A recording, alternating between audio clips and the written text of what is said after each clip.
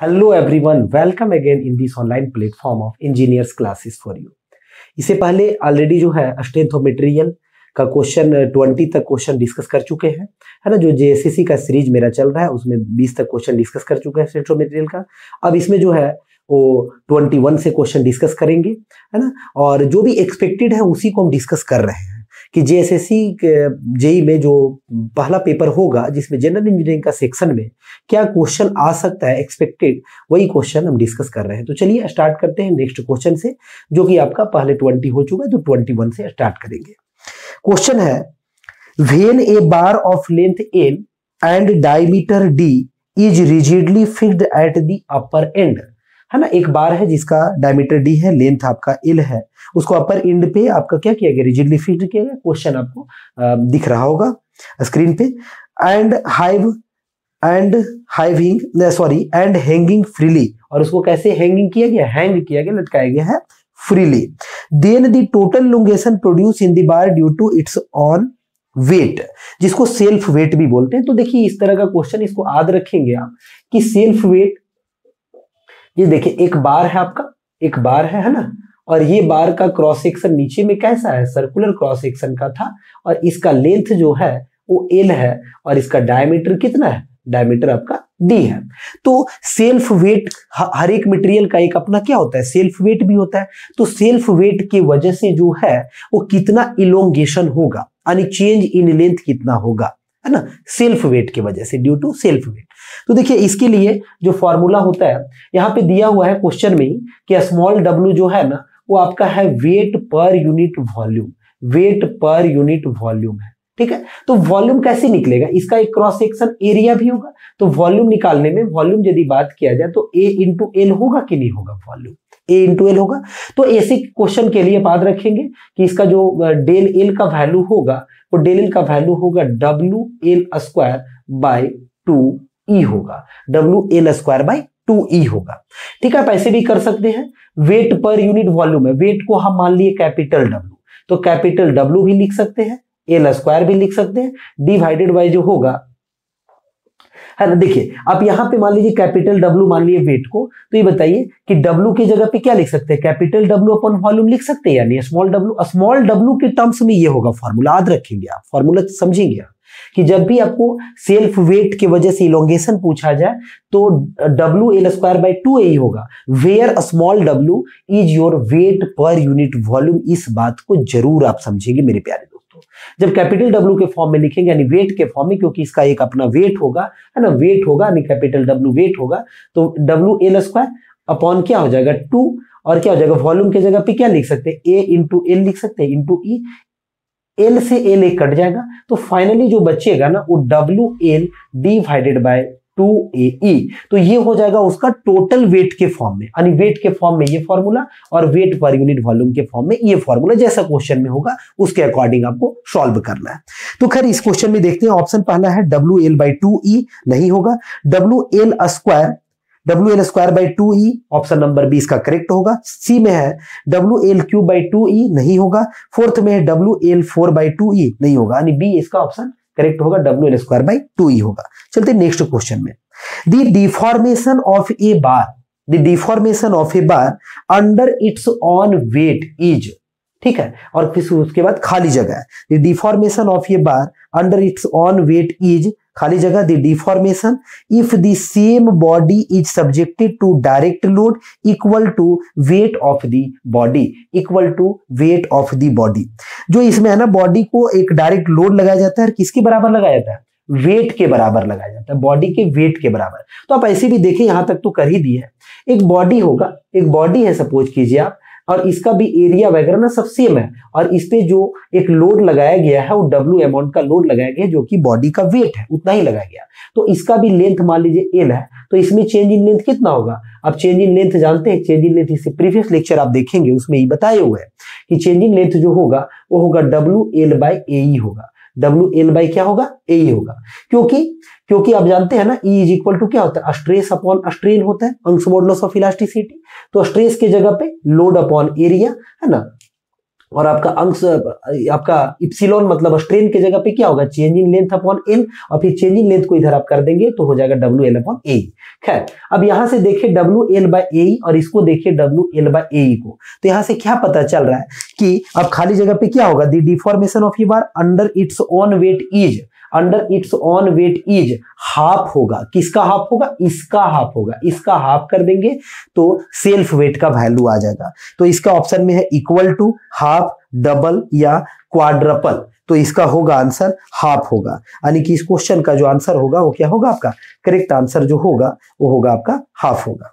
Next question का बात discuss करते हैं, the elongation of a conical bar under its own weight is, under its own weight is खाली जगह that of prismatic bar of the same length, एक prismatic bar है जिसका same length है, तो उसके कंपैरिजन में एक कॉनिकल बार का, ठीक है, एक कॉनिकल बार का इलोंगेशन कितना होगा, तो इसका एक ऑप्शन में है इक्वल टू होगा, हाफ होगा, 1/3 होगा या फिर 1/3 होगा या फिर 2/3 होगा, 1/3 होगा या फिर 2/3 होगा, तो इसको अपना याद रखेंगे कि क्या होगा, 1/3 होगा, 1/3 और 1/3 that of the prismatic bar of the same length, ठीक है, इक्वल टू नहीं होगा, हाफ भी नहीं होगा, हाफ तो इसमें होगा, इसका होगा 1/3 आपका, 1/3 that of the prismatic bar.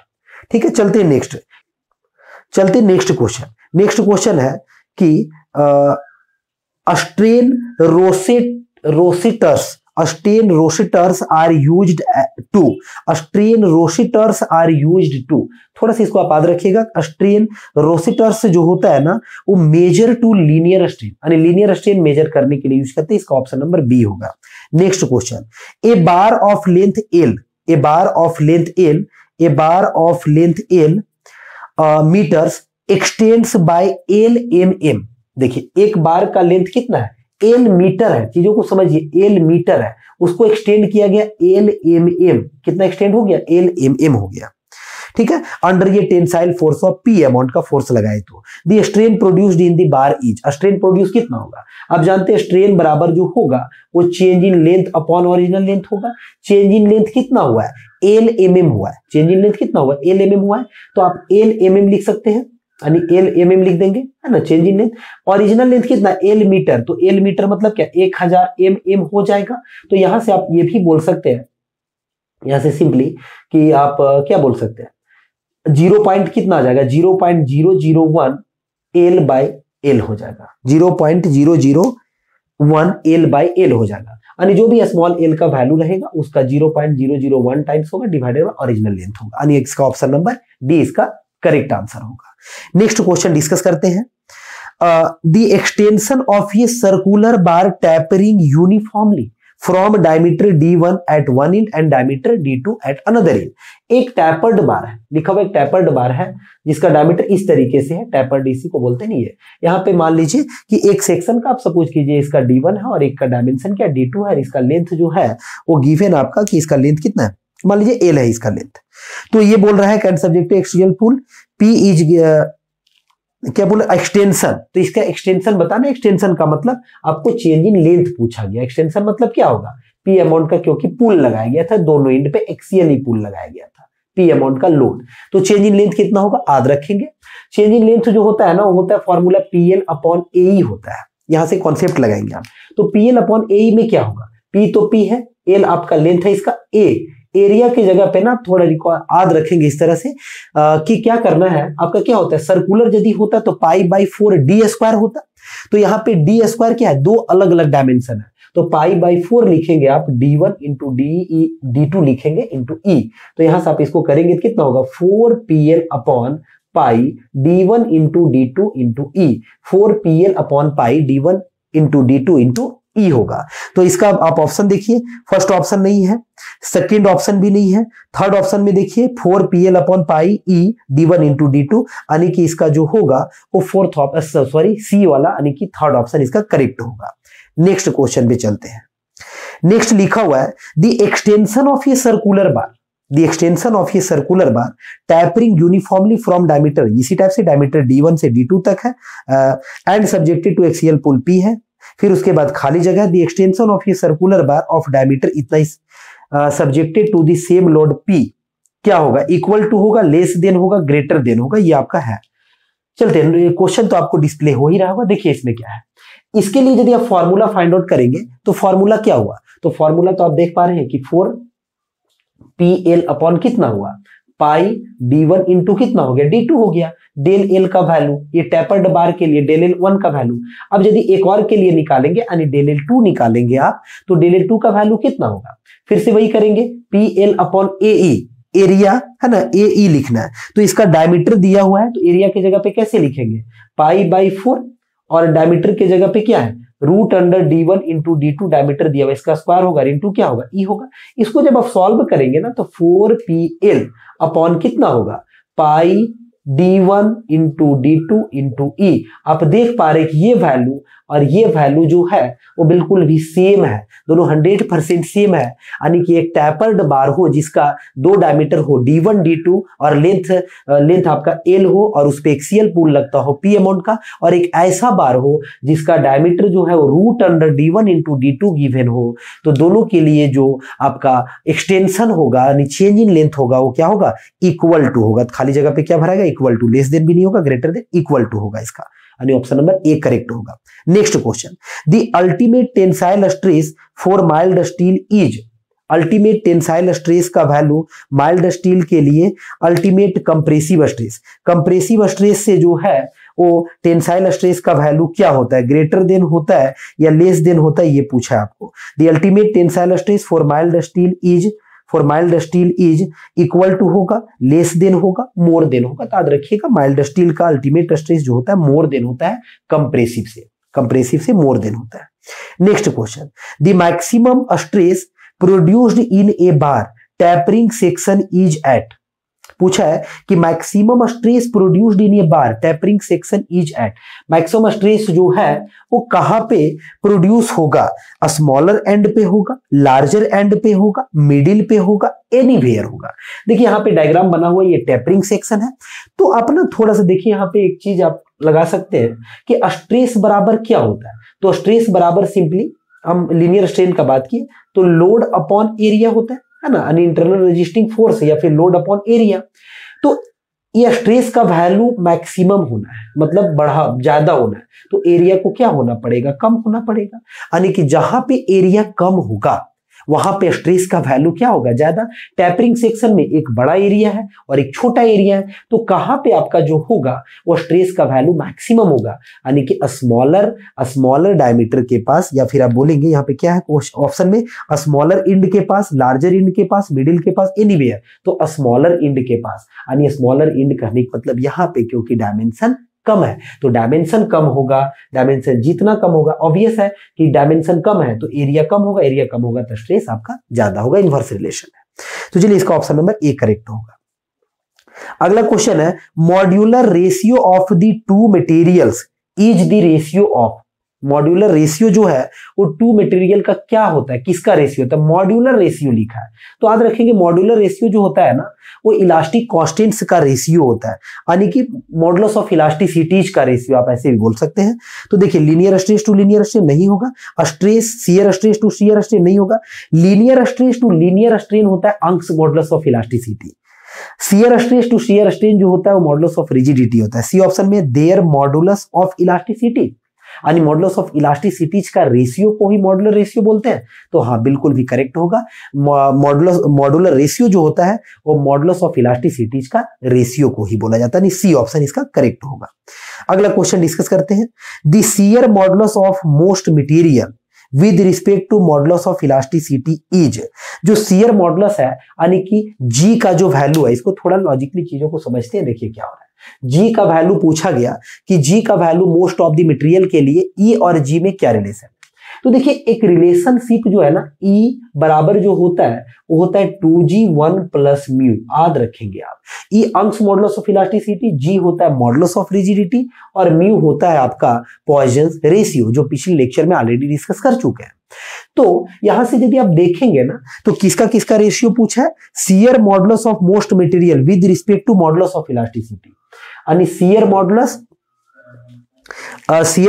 Of the most material with respect to the modulus of elasticity, with respect to modulus of elasticity. तो आप यदि यहां से आप रेशियो यदि निकालेंगे, यानी किसका रेशियो, तो देखिए ई अपॉन, है ना, अच्छा सॉरी शियर मॉडुलस, तो जी अपॉन किसका, ई, तो जी अपॉन ई का रेशियो क्या होगा, जी अपॉन ई, इधर से जाएगा ये क्या होगा 1/2, 1 प्लस क्या हो जाएगा म्यू हो जाएगा, है कि नहीं, इतना होगा।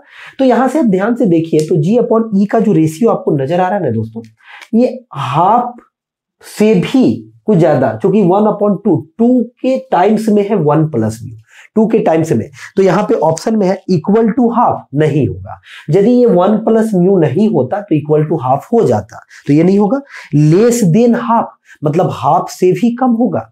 देखिए ऑब्वियस है 1/2 और 2 में कुछ और वैल्यू मल्टीप्लाई किया गया है, तो हाफ से भी कम होगा, यानी लेस देन हाफ इसका करेक्ट ऑप्शन होगा, यानी कि option number B, option number B जो होगा इसका करेक्ट आंसर होगा। मोर देन हाफ नहीं होगा, मोर देन हाफ, क्योंकि देखिए 2 से मल्टीप्लाई किया गया, यानी कि हाफ से भी छोटा वैल्यू होगा। चलिए ऑप्शन नंबर बी होगा इसका करेक्ट।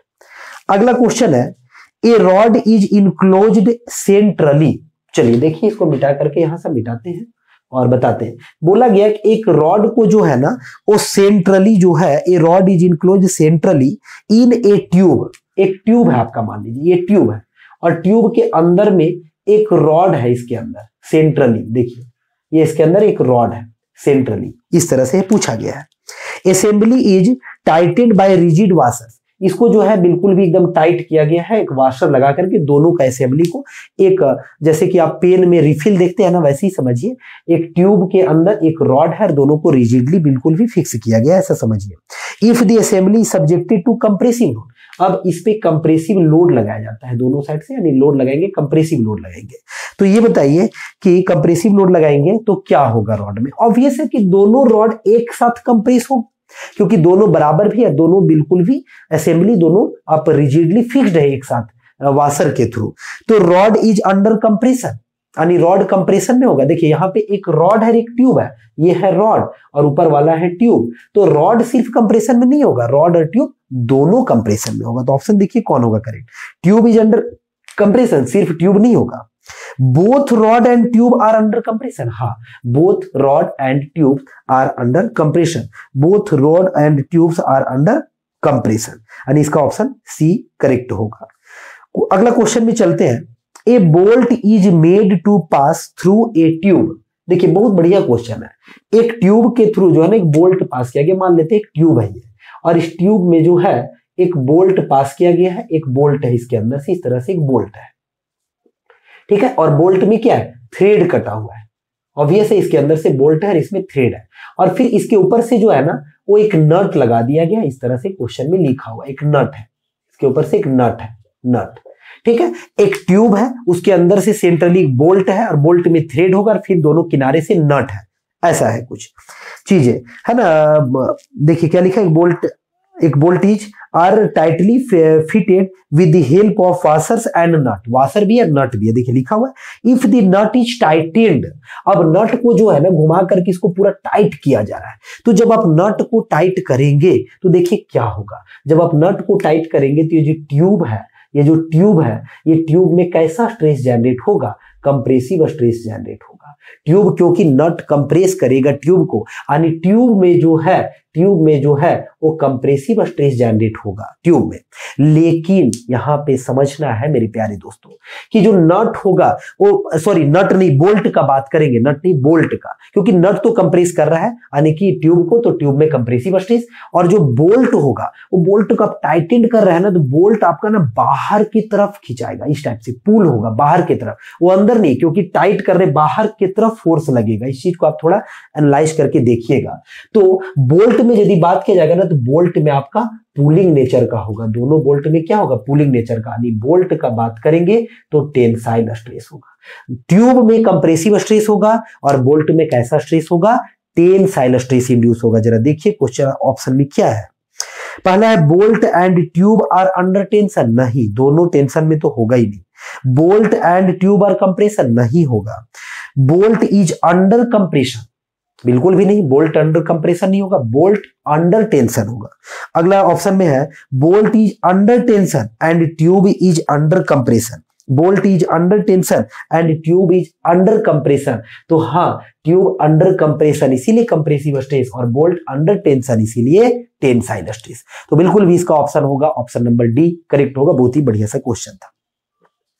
आगे बढ़ते हैं। When a bar is subjected to TO2 a change of temperature and its deformation is prevented. देखिए क्या लिखा, एक बार जो है ना, एक बार उसका एक कोई भी बार है, मान लीजिए एक कोई भी बार है ऐसा। अब इसको क्या किया गया है ना कि इसका जो है when a bar is subjected to change of temperature and its deformation is prevented, और इधर से डिफॉर्मेशन को प्रिवेंट किया गया, मतलब फिक्स कर दिया गया, तभी तो डिफॉर्मेशन प्रिवेंट होगा ना। क्योंकि आप जानते हैं कि किसी भी मटेरियल को आप यदि टेम्परेचर बढ़ाएंगे तो इलोंगेट होगा फ्रीली, और यदि आप टेम्परेचर कम करेंगे तो क्या करेगा, ये आपका कॉन्ट्रैक्ट करेगा रिड्यूस टेम्परेचर में, और इलोंगेट होगा आपका टेम्परेचर इंक्रीज करने में। तो यहाँ पे टेम्परेचर इंक्रीज किया जा रहा है, लेकिन इसको फ्रीली नहीं छोड़ा गया है। इसको जो है वो डिफॉर्मेशन इज प्रिवेंटेड है, यानी दोनों तरफ से कुछ रिजिड सपोर्ट लगाया गया, दीवार वगैरह है, और इसका टेम्परेचर को क्या किया जा रहा है, राइज किया जा रहा है।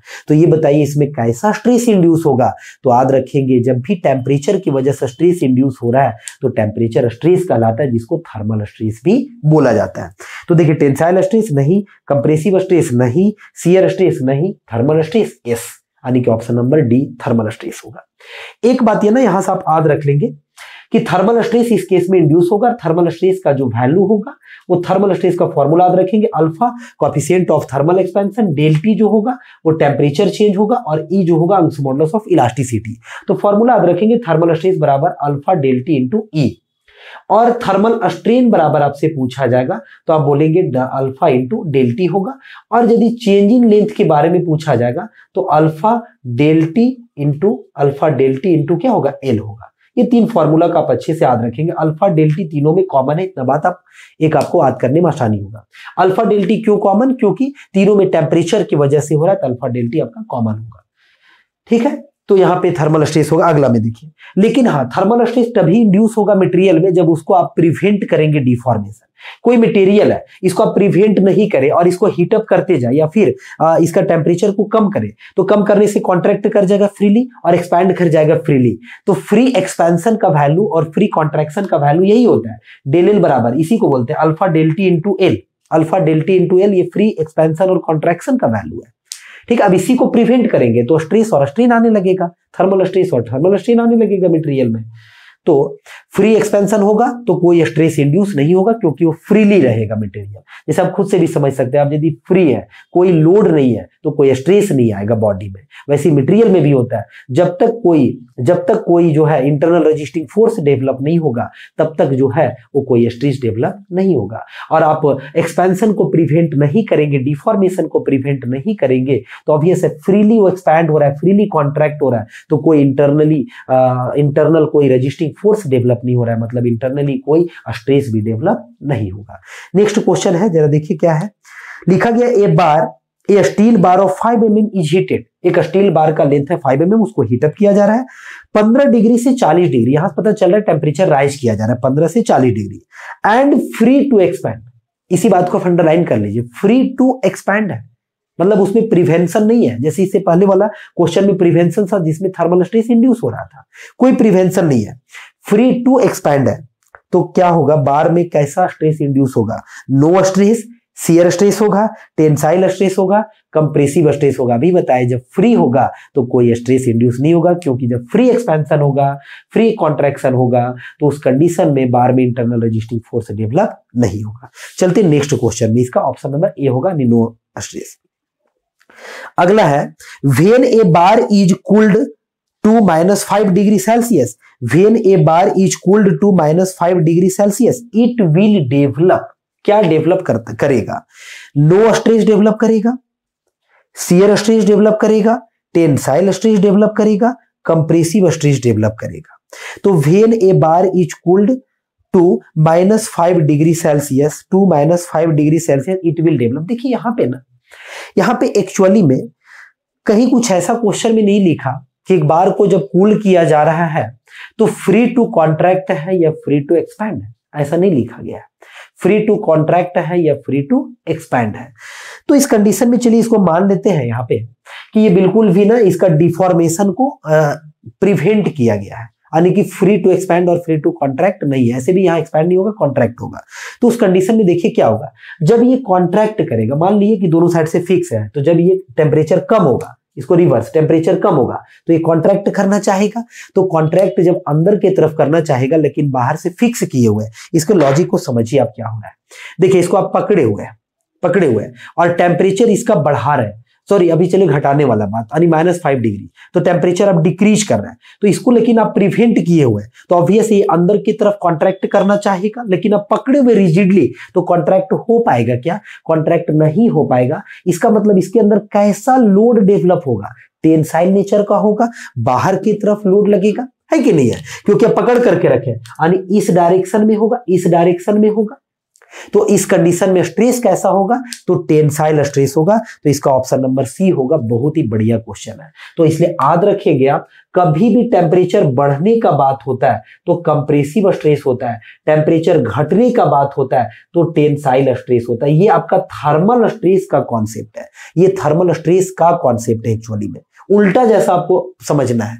क्योंकि देखिए टेम्परेचर यदि बढ़ जाए, एक बार है यहाँ पे समझिए, एक बार है, इसको यहां से फिक्स किया गया, क्योंकि जब तक फिक्स नहीं करेंगे स्ट्रेस इंड्यूस होगा ही नहीं, नो स्ट्रेस हो जाएगा। और इसका टेम्परेचर को आप ना बढ़ा रहे हैं, टेम्परेचर बढ़ाएंगे तो ये क्या करना चाहेगा? इस टाइप से एक्सपैंड करना चाहेगा, लेकिन अब पकड़ करके रखे, इसका मतलब अंदर ही रखना चाहते, तो कैसा स्ट्रेस इंड्यूस होगा?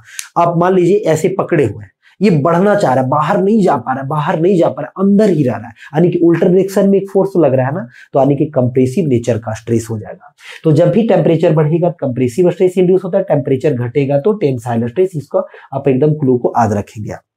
तो इसमें होगा ऑप्शन नंबर सी, इसका सही होगा, टेंसाइल स्ट्रेस होगा।